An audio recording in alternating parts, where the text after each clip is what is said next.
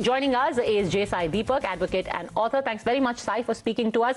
So what do you make of this argument that the North is now BJP dominated and the South is more accommodative of parties like the Congress? No, I think it's an artificial and a malicious and a politically motivated distinction, which I think is meant to sow the seeds of balkanization of Bharat on pseudo-ethnocentric lines. And I think this needs to be countered as soon as possible. According to me, this takes forward the same missionary template that was employed in the 18th and the 19th century to cleave the culture between Bharat, the north of Bharat and the south of Bharat. And I can say this with a fair degree of confidence, having read the literature carefully and deeply, that this is, according to me, Dravidianist expansionism from the south to the north in terms of their ideological presence. But isn't it a fact that barring Himachal Pradesh, at present, no state has a Congress government? All of them have decided to go to the BJP. But the same people, the same party managed to win Karnataka and then Telangana. See, the fact is that detail misses an important, let's say, aspect of the outcome, which is the rapid increase in the BJP's vote share in the south. And I'm saying this as a non-expert, let's say, observer of these aspects or of these developments. The kind of victory that BJP has seen in Telangana, I think on the ground needs to be seen to be believed. And if anybody witnesses the kind of crowds Sri Annamalai draws in Tamil Nadu, I would ask myself a simple question: what is the difference between the Hindi heartland, so to speak, or the pejoratively called cowbelt, and those parts of Tamil Nadu that have embraced Annamalai? So I think this is a binary which has no basis in reality. Is the voter in the north more right of center and the voters in the south more left of center, or completely left in the case of Kerala? Because empirically, that's what it looks like if you were to look at which party is in power in which state. See, I think it would be ahistoric to contend that Hindutva has not had an origin in the north of Vindhyas in terms of its historical origin, so to speak, or the way the movement has started. But to say that its appeal is limited only to the north of India, I'm sorry to say, is completely baseless. It has no basis whatsoever. BJP has occupied power in Karnataka at least since 2008 more than once. And in Mysore and coastal Karnataka, so to speak, these are what are called saffron strongholds or saffron bastions. So I don't think this argument makes sense whatsoever. And second, to say that people on the north are interested only in religion, they have nothing to do with language, they have nothing to do with culture, they have nothing to do with development. No, it doesn't make sense whatsoever. Anybody who visits Uttar Pradesh today will know for a fact that civilization and development go hand in hand. Sanskriti and Vikas go hand in places like Uttar Pradesh. So this argument, I don't think holds any water. Then what do you make of Maharashtra? So where do states like Maharashtra survive? Maharashtra and Gujarat are supposed to be north simply because they are above Vindhyas, but for all practical purposes, they are the west of India. They are not the Hindi heartland. They are not the cowbelt. What do you make of those states? Sure, but so I don't think that makes sense whatsoever. Sure, but then how do you square off the irony of the RSS having the maximum shakhas in Kerala, despite that Hindus, even the Hindus in Kerala, vote for the communists? Because I don't think the BJP has managed to present a credible face which can actually reach out to the voters, particularly in a deeply religious state such as Kerala. That's a fact. And second, Kerala and Bengal almost mirror each other in the harsh realities of how battles are won, political battles are won in the streets or on the streets. So the presence of a Hindu vote base does not translate to, let's say, electoral victory unless you're able to project someone who can confidently inspire them to come out and vote for them.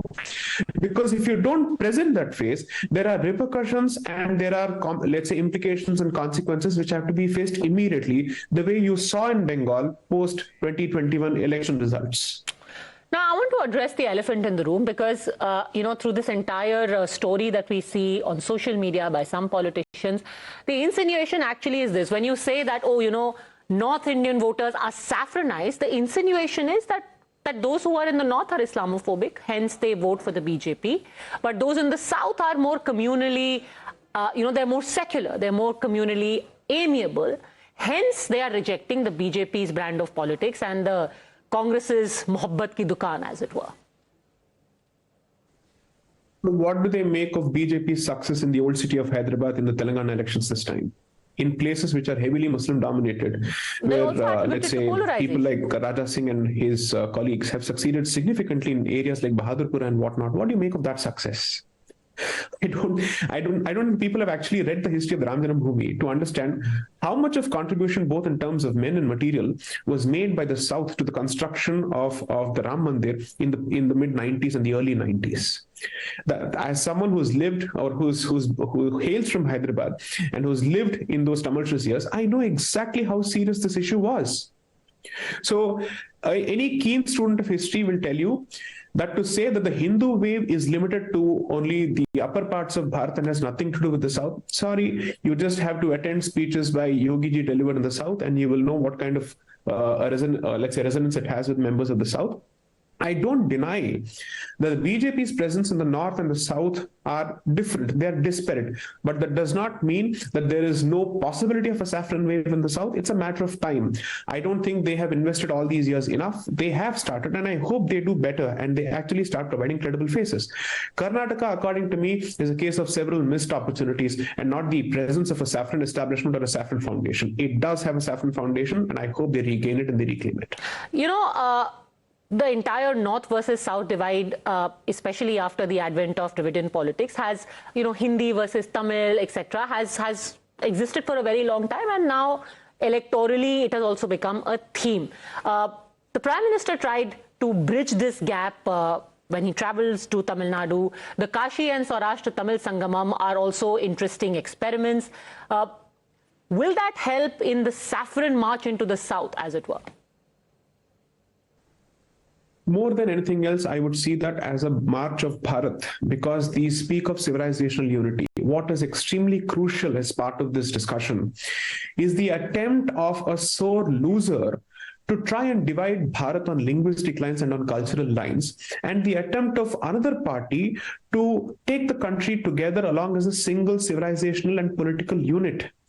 When people in power or people out of power play games with the fabric of the country in terms of its unity, in terms of its integrity, civilizational integrity more than political integrity, I think it speaks volumes of the kind of irresponsible behavior they're capable of resorting to. It's a scorched earth policy, according to me. So I believe that the initiatives of the BJP in trying to forge unity between the so-called divided North and the South has to be supported, not in the interest of the BJP's political victory, but because it matters for Bharat. In this entire debate of North versus South and the supposed divide, what effect, if any, will the opening of the Ram temple have? What happens on the 22nd of January? Huge. I think it's huge. But as someone who is a believer in Sri Ram, I hope that the institution, that the temple is not reduced to a political tokenage and symbolism. It means much more than that, because the Ram Janambhoomi movement, let's say it's been around for at least 500 years, much before the RSS or the BJP or the VHP or anybody came into existence. So that movement is not any movement that any particular party or organization can appropriate. It is a Hindu movement. It is a people's movement. It is, in that sense, a republican movement of a civilization that has been long suppressed. And I hope that with the opening of the Ram Janambhoomi or the Ram Mandir, so to speak, it will herald a new era of confidence. I don't mean domination. I'm not for domination. I'm certainly saying of clear, confident, composed assertiveness, and the fact that it could pave the way for further reclamations of similarly occupied places. Well, irrespective of political benefits to anyone, just the entire idea of talking about North versus South and how one region of the country is antithetical to the idea of secularism, that in itself is against the idea of nationalism and treating the country as a whole. Hopefully, this kind of discourse should meet an early end. Sai Deepak, thanks very much for speaking to us.